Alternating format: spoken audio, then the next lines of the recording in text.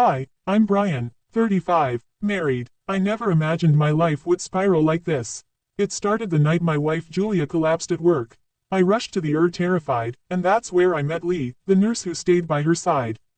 Lee was calm, kind, and strangely comforting.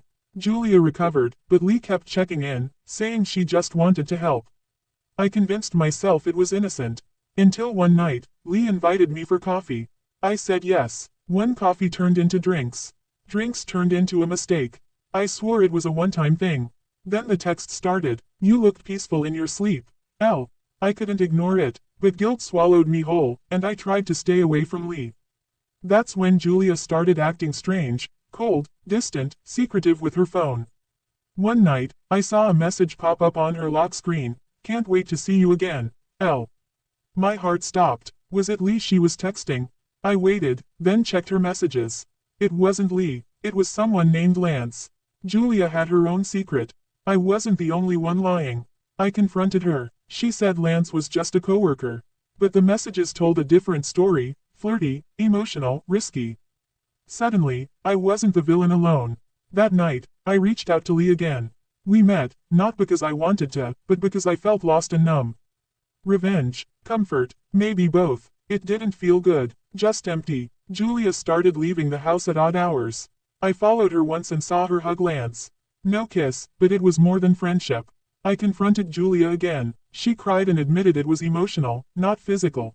That hurt more than anything. I admitted my own mistakes. We were two broken people looking for what we lost in each other, in strangers' arms. We fought, screamed, threw accusations, then silence. Julia packed a bag and said she needed space. I messaged Lee and told her everything. She replied, "You're not lost, Brian. You're scared." That surprised me. Lee wasn't asking for me. She was letting go. Maybe she realized it wasn't love, it was escape. Days later, a letter arrived. From Lee, not a text, a handwritten note. She said, "We met in chaos." I offered calm, not clarity. "You don't need another woman to feel whole. You need truth. I'm stepping away so you can face it. No anger, no blame, just release." She ended, "I hope you and Julia find what was lost, even if it's not with each other." I read it twice and finally cried. Julia came back after a week. No hugs, no anger, just quiet. We sat down and talked for hours about the silence, the loneliness, the walls we built.